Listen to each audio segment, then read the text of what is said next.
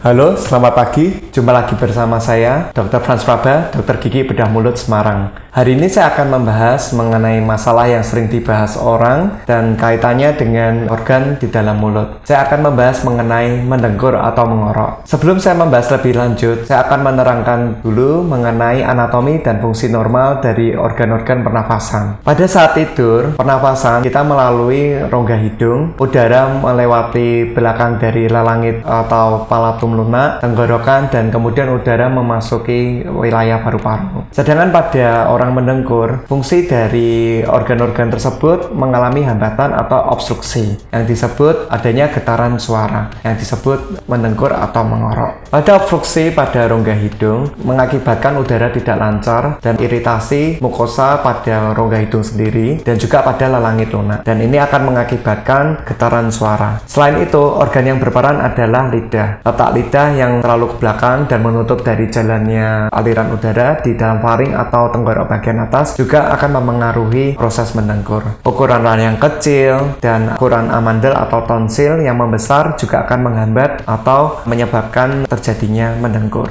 Intinya, hambatan udara atau getaran suara yang ditimbulkan tadi itu adalah proses dari mendengkur atau mengorok. Lalu bagaimana cara menyadari orang tersebut penderita mengorok atau mendengkur? Yang pertama adalah pasien tersebut mudah lelah dan capek, karena pasien itu mudah terbangun dan mungkin gampang tersedak pada saat dia tertidur. Yang kedua, pasien merasakan tenggorokan dan mulut itu terasa kering karena mereka bernapas melalui mulut. Dan yang ketiga adalah menanyakan pada partner tidur pasien apakah penderita itu mendengkur atau tidak. Orang mendengkur tidak harus melulu orang tersebut mengalami obesitas atau berat badan berlebih, namun ada faktor-faktor lain yang dapat mempengaruhi mendengkur. Yang pertama adalah mengenai sumbatan yang saya terangkan tadi, mengenai orang itu ada pilek, ada alergi yang menyebabkan mukosa dari hidung ini membesar dan mengalami penyempitan sehingga udara akan mengalami hambatan. Yang kedua adalah obesitas atau berat badan berlebih. Jelas saja lemak di dalam leher ini akan menyempitkan dari rongga tenggorokan dan akan menyebabkan penyempitan dari jalur aliran udara. Dan mungkin yang saya beri saran, mungkin ada beberapa orang yang makan yang terlalu larut malam, makan berat ini juga akan memengaruhi dari proses dari mendengkur itu sendiri. Jadi sebaiknya dihindari. Yang ketiga adalah mengkonsumsi obat penenang atau alkohol yang akan membuat super rileks dan menyebabkan tonus otot ini sangat lemas dan sangat kendor. Dan yang keempat adalah merokok, karena merokok menyebabkan iritasi dari mukosa langit-langit dan akan menyebabkan langit ini membesar dan menyebabkan hambatan dari udara itu sendiri. Dan yang kelima adalah gaya gravitasi. Proses tidur yang menggunakan bantal yang tinggi, proses tidur yang salah akan mengakibatkan lidah ini jatuh ke dalam faring sesuai dengan gaya gravitasinya dan alhasil aliran udara menjadi tidak lancar. Lalu bagaimana cara mengatasi pasien yang memiliki keluhan mendengkur? Saya memiliki 3 pendekatan. Yang pertama adalah tindakan bedah atau invasif, tindakan non bedah, dan memperbaiki pola hidup. Untuk tindakan bedah ini saya bagi menjadi 3 tindakan lagi. Yang pertama adalah tindakan bedah pada jaringan lunak, jaringan keras, dan pada operasi hiperbarik. Untuk jaringan lunak, yang pertama yang kita lakukan adalah pengikatan lidah kepada rang bawah. Tujuannya adalah lidah ini diposisikan lebih maju karena posisi lidah ini memang mengikatkan diri pada rang bawah. Operasi ini kita sebut dengan genioglossus and tongue advancement. Yang kedua adalah memberikan RFA atau radio frequency ablation, yaitu menyuntikkan radioaktif pada dasar lidah, pada bagian basal dan pada bagian depan yang ditujukan agar lidah itu ototnya lebih lemah, jadi dia tidak gampang untuk jatuh ke dalam bawah. Yang ketiga adalah kita menggunakan laser erbium YAG yang biasa disingkat dari ER-YAG.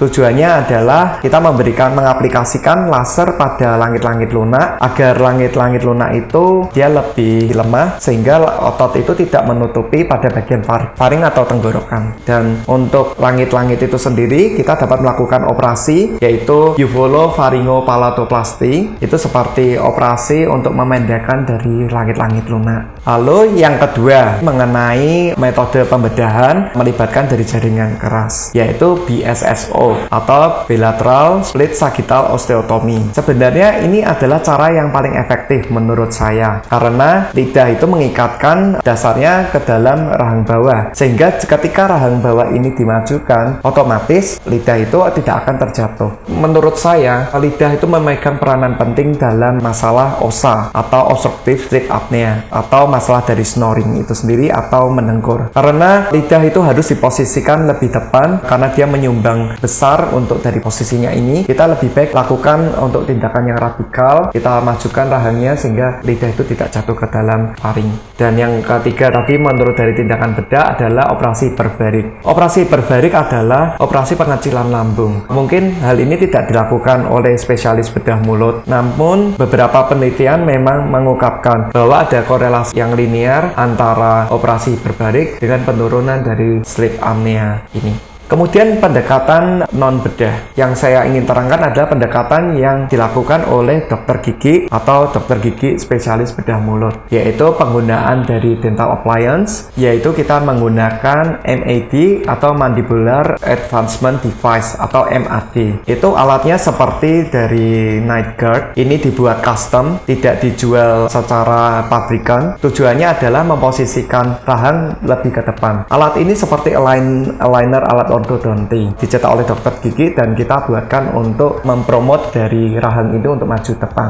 Untuk pendekatan non bedah yang kedua adalah penggunaan CPAP atau Continuous Positive Airway Pressure. Alat ini digunakan pada saat tidur. Kita menggunakan alat yang dipasang selang dan kita pakai pada saat tidur. Tujuannya adalah memberikan tekanan positif pada saat kita tidur. Namun tekanan ini secara continuous sama terus. Dalam pengembangannya, CPAP ini berkembang menjadi autopad yang tekanannya berubah-ubah sesuai dengan kebutuhan pada saat kita tertidur. Lalu CPAP juga berkembang menjadi BPAP atau Bilevel Positive Airway Pressure yang memiliki 3 sistem. Ini digunakan untuk pasien dengan penderita obstructive sleep apnea yang sangat berat. Dan kita sampai pada poin 3, bagaimana cara kita mengatasi masalah mendengkur, yaitu mengubah pola hidup. Mengubah pola hidup ini kita dapat mengubah kebiasaan. Untuk yang pertama adalah mengurangi iritasi dengan tidak merokok, lalu tidak dengan alkohol, terus kita tidur yang cukup, dan kita bisa mengubah cara tidur kita, yaitu dengan memiringkan badan atau juga tidak menggunakan bantal yang tinggi. Selain itu, untuk orang yang obesitas dengan mengurangi berat badan akan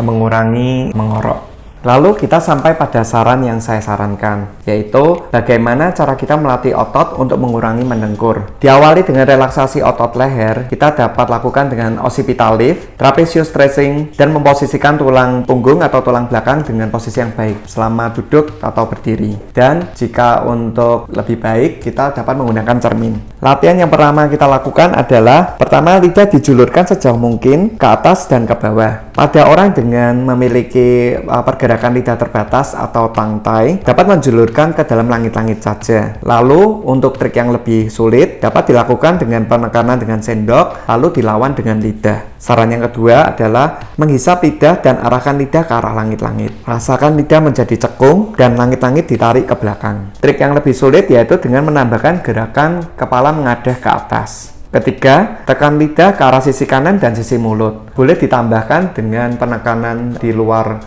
mulut, di pipi, dengan penekanan dengan jari. Yang keempat, jatuhkan lidah ke arah faring atau tenggorok bagian belakang. Kelima, letakkan lidah di antara gigi, lidah digembungkan, kemudian menelan. 6. Latihan vokal A, E, I, O, U dengan meletakkan lidah ke gigi depan bawah. Latihan ini dilakukan setiap 5 detik, diulangi 3 kali atau lebih, dan harus dilakukan 2 kali sehari untuk mendapatkan kekuatan dari otot, sehingga mencegah untuk menjadinya mendengkur.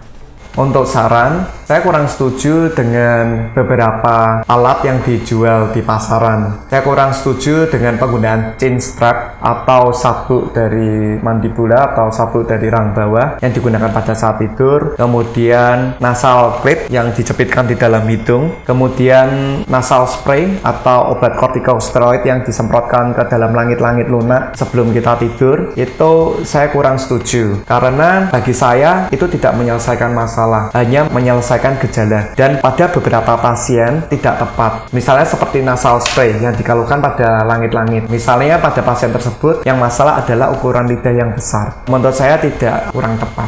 Mungkin lebih baik untuk masalah mendengkur dan masalah mengorok ini sebaiknya kita diskusikan pada ke ekspertis, bisa ke dalam dokter THT, bisa ke dokter bedah mulut, bisa ke dokter gigi. Mungkin di kota besar ada bagian sendiri yang untuk mengurusi dari sleep apnea sendiri ini. Kita butuh untuk dari tenaga yang lebih ahli untuk mengatasi dari mendengkur ini. Kita tidak boleh meremehkan masalah dari mendengkur atau mengorok ini, karena bukan saja tidak menyebabkan tidur kita tidak berkualitas saja, namun mendengkur ini dapat menyebabkan jumlah dari pernafasan atau frekuensi pernafasan kita ini bertambah. Paru-paru kita ini akan bekerja lebih ekstra yang akan memberi pressure kompresi pada jantung. Kemudian jantung ini sendiri karena memiliki respon dari kurangnya oksigen dalam tubuh, dia akan bekerja lebih kencang sehingga akan memengaruhi dari fungsi jantung ini. Jika tidak diperbaiki untuk masalah mendengkur ini sejak awal, tentu saja akan memberikan efek yang lebih parah untuk di kemudian hari.